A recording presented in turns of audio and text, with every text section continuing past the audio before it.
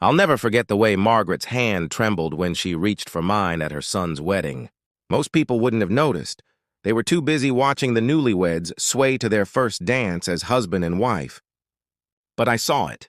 That slight shake, the way her fingers felt cold despite the warmth of the reception hall, the determined smile that didn't quite reach her eyes. "Would you dance with me, dear?" she asked, her voice barely audible over the music. I hesitated. Not because I didn't want to. Margaret had always been kind to me, even though I was just a friend of the bride, someone who'd helped with the wedding planning. But something in her tone felt urgent, almost desperate, and it confused me. The mother-son dance had already happened. The formal dances were over. People were mingling, laughing, taking selfies by the elaborate flower wall we'd spent hours setting up. "Of course," I said, setting down my champagne glass. That first dance lasted one song. Then she asked again, and again. By the fourth dance, I noticed other guests starting to whisper. The bride, Sarah, shot me a grateful look across the room, though I couldn't understand why.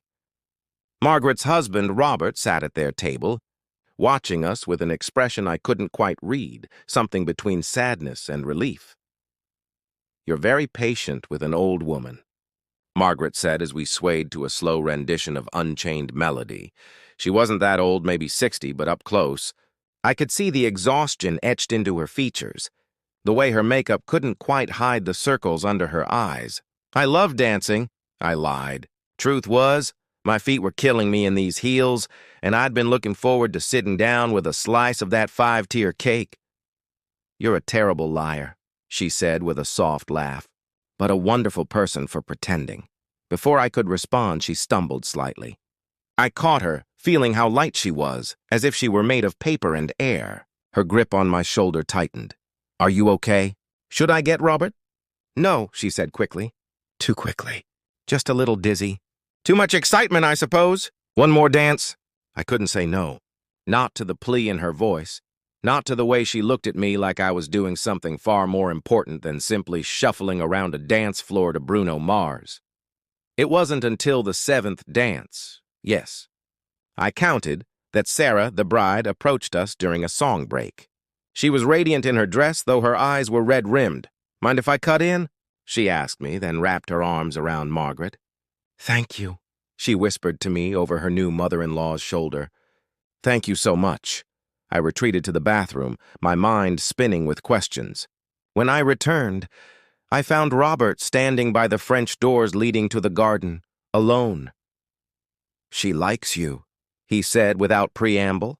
"Margaret, she said you have kind eyes." "She's lovely," I replied, meaning it. Robert was quiet for a long moment, watching his wife through the glass as she now danced with her son, both of them laughing at something. She wanted to dance at this wedding more than anything in the world. "Did you know they almost postponed it? 3 times. "I didn't know that."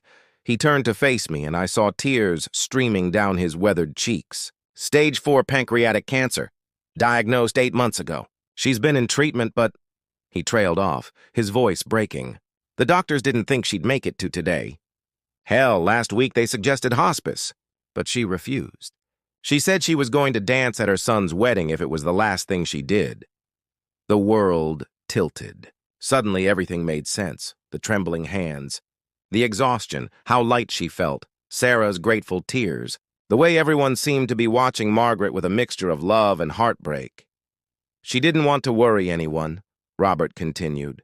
"Didn't want to be a burden on what should be the happiest day of Marcus's life. But she can't stand for very long. Her legs get weak. The pain—" He wiped his eyes. "When you agreed to dance with her, when you kept saying yes, you gave her what she wanted most. To be here, to be present, to celebrate without being the center of attention, without people pitying her or hovering. You just danced with her like she was anyone else?"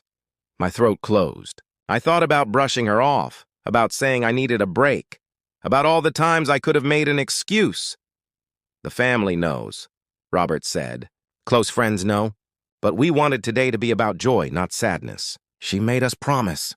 He looked at me intently. "You have no idea what gift you gave her." "Gave all of us." I found myself back on the dance floor without consciously deciding to go there. Margaret was sitting now, fanning herself with a napkin, laughing at something Marcus was saying. When she saw me approaching, her face lit up. "Ready to put these young people to shame one more time?" I asked, extending my hand. Her eyes glistened. "I thought you'd never ask." We danced to "What a Wonderful World," and this time I didn't think about my aching feet or the champagne getting warm or the gossip rippling through the crowd. I thought about how precious this moment was, how fleeting. I thought about how sometimes the most profound acts of kindness are simply showing up, saying yes, being present for someone who needs you, even when you don't understand why. Margaret hummed along to Louis Armstrong's gravelly voice, and I felt her weight lean more heavily on me. She was tired. So tired. But she was also radiantly happy. "Can I tell you a secret?" she whispered. "Anything." When I was young, I used to dream of being a dancer. Broadway, can you imagine? But life happened. Marriage, children, a career teaching English. I gave up that dream without a second thought.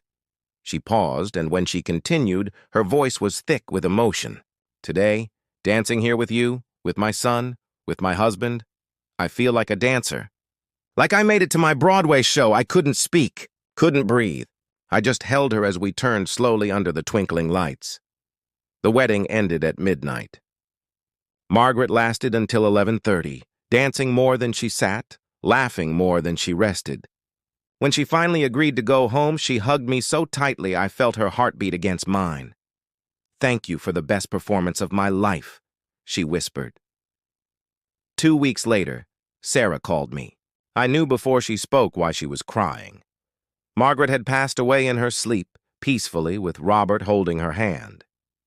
At the funeral, Marcus told everyone that his mother's last coherent words were about the wedding, about how perfect it was, about dancing. I think about Margaret often now, about how we never really know what battles people are fighting, what dreams they're holding on to, what might mean the world to them. About how sometimes the simplest acts, a dance, a conversation, a moment of patience, can become someone's most treasured memory. I keep a photo from that wedding on my desk. It's not of the bride and groom. It's one Robert took of Margaret and me, mid-dance, both of us laughing at something long forgotten. She looks alive, truly alive, captured in a moment of pure joy. Now, when someone asks me to dance, I always say yes.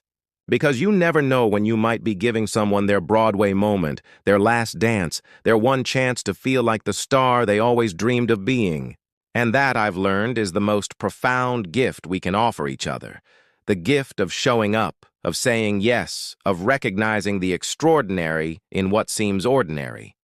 Margaret taught me that, and I'll never forget her, or those dances, as long as I live. C.